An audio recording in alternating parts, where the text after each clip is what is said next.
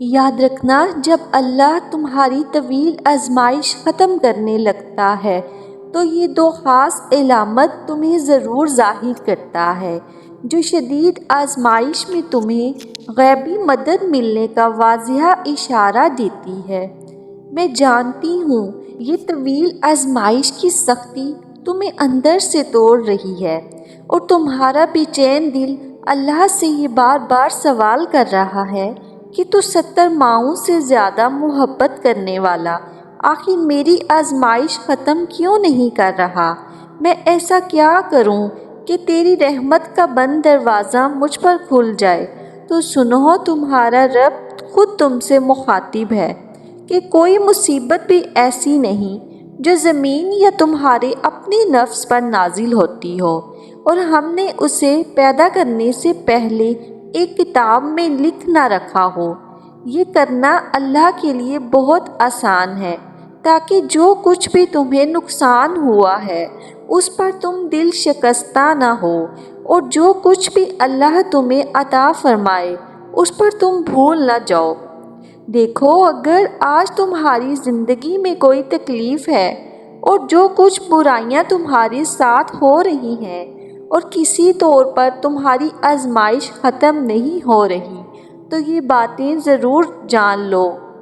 یاد رکھو، انسان کو فطرت کی طاقتوں پر تصرف کے جو اختیار بھی اسے حاصل ہیں وہ اللہ ہی کے دیے ہوئے ہیں، مگر تم یہ نہ بھولو کہ کسی کا یہ بل بوتا ہے کہ وہ اپنی زور بازو سے کسی پر قابو پا سکتا ہے۔ جب تک اللہ کی مرضی ہوتی ہے وہ اس کے لیے مسخر ہوتے ہیں، اور جب مرضی الہی کچھ اور ہوتی ہے تو وہی طاقتیں جو تمہاری خدمت گزار تھیں وہ تم پر ایسا پلٹتی ہیں کہ تم ان کے سامنے بالکل بے بس ہو جاتے ہو۔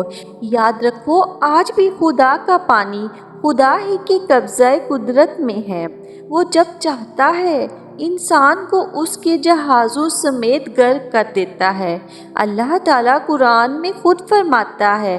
اس کی نشانیوں میں سے ہے یہ جہاز جو سمندروں میں پہاڑوں کی طرح نظر آتے ہیں۔ اللہ جب چاہے ہوا کو ساکن کر دے اور یہ سمندر کے پیٹھ پر کھڑے کے کھڑے رہ جائیں۔ اس کی خدائی میں کوئی اپنے زور پر غلبہ حاصل نہیں کر سکتا۔ جسے وہ اٹھاتا ہے وہی اٹھتا ہے اور جسے وہ گراتا ہے وہی گرتا ہے۔ ہو سکتا ہے آج زمانے کی تیر اندازیاں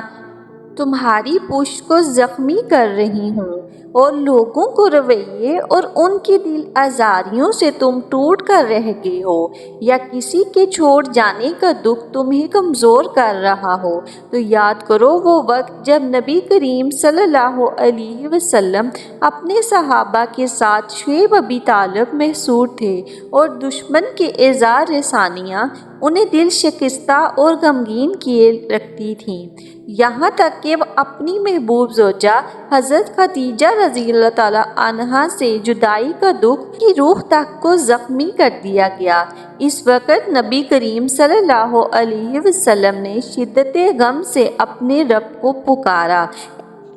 اور میرا رب بھی تو ہی ہے، مجھے تو کس کے حوالے کر رہا ہے؟ اگر تو مجھ سے ناراض نہیں ہے تو مجھے بھی کسی کی پرواہ نہیں ہے۔ میں پناہ مانگتا ہوں تیری ذات کی اس نور کی جو اندھیروں میں اجالے کر دے، مجھے اس سے بچا لے کہ تیرا غضب مجھ پر نازل نہ ہو۔ یار، میں تیرے عطاب کا مستحق ہو جاؤں۔ میں تیری مرضی پر راضی ہوں یہاں تک کہ تو مجھ سے راضی ہو جائے۔ کوئی زور طاقت تیرے بغیر نہیں ہے۔ تو جانتے ہو میرے رب نے اپنے پیارے کی پکار پر تسلی دیتے ہوئے فرمایا، اے نبی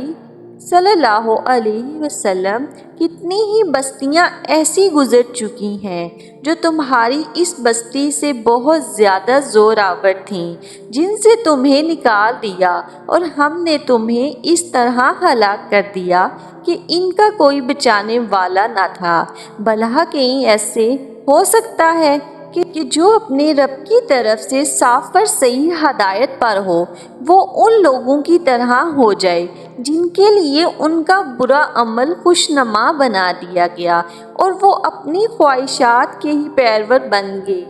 یاد رکھو اللہ کی بنائی اسکیم اور اس کی خدائی چال سب پر بھاری ہے، تو تم اپنی آزمائش میں خود کو کمزور اور مضطرب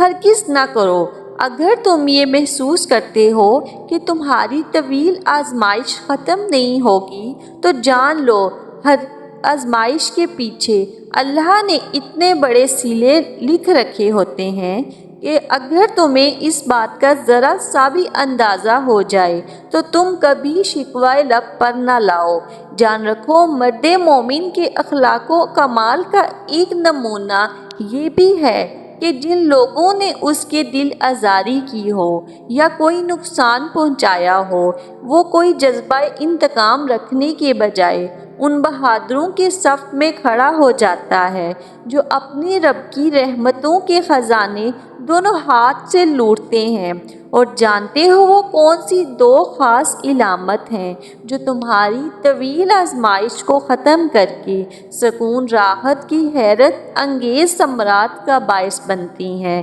جس کی پہلی علامت تو یہ ہے کہ جب تم محسوس کرنے لگو کہ تمہاری فکر کی گاڑی اس بات پر اٹک گئی ہے کہ تمہاری فلاح اور نجات کس چیز میں ہے اور نقصان اور ہلاکت کا میں ہے، اور یہی سوال تمہیں قرآن تک لے جائے، تو سمجھ لو تم ہی وہ خوش نصیب ہو جس کی چٹان جیسی آزمائش ان قریب ریزہ ریزہ ہونے والی ہے۔ رکھو قرآن غم کی راتوں میں امید بھرا چراغ ہے اور مایوسی میں تسلی بھرا دلاسا۔ اللہ تعالیٰ قرآن میں خود اشارہ دے رہا ہے، وہ تم سے عہد لے چکا ہے اگر تم ماننے والے ہو۔ وہ اللہ ہی تو ہے جو اپنے بندے پر صاف صاف آیتیں نازل کر رہا ہے تاکہ تمہیں تاریکیوں سے نکال کی روشنی میں لے آئے، اور حقیقت یہ ہے کہ اللہ تم پر نہایت شفیق اور مہربان ہے۔ آزمائش ختم ہونے کی دوسری خاص علامت یہ بھی ہے کہ جب تم محسوس کرنے لگو کہ آزمائش کے اس سفر میں صبر اور شکر تمہارے ہم سفر ہیں اور تمہارا دل اپنی مصیبتوں کو عطیہ خداوندی سمجھ کر اللہ کی محبت سے جڑنے لگا ہے، تو سمجھ لو ان قریب تمہاری طویل آزمائش ختم ہو کر تمہاری زندگی کو پر نور کرنے والی ہے۔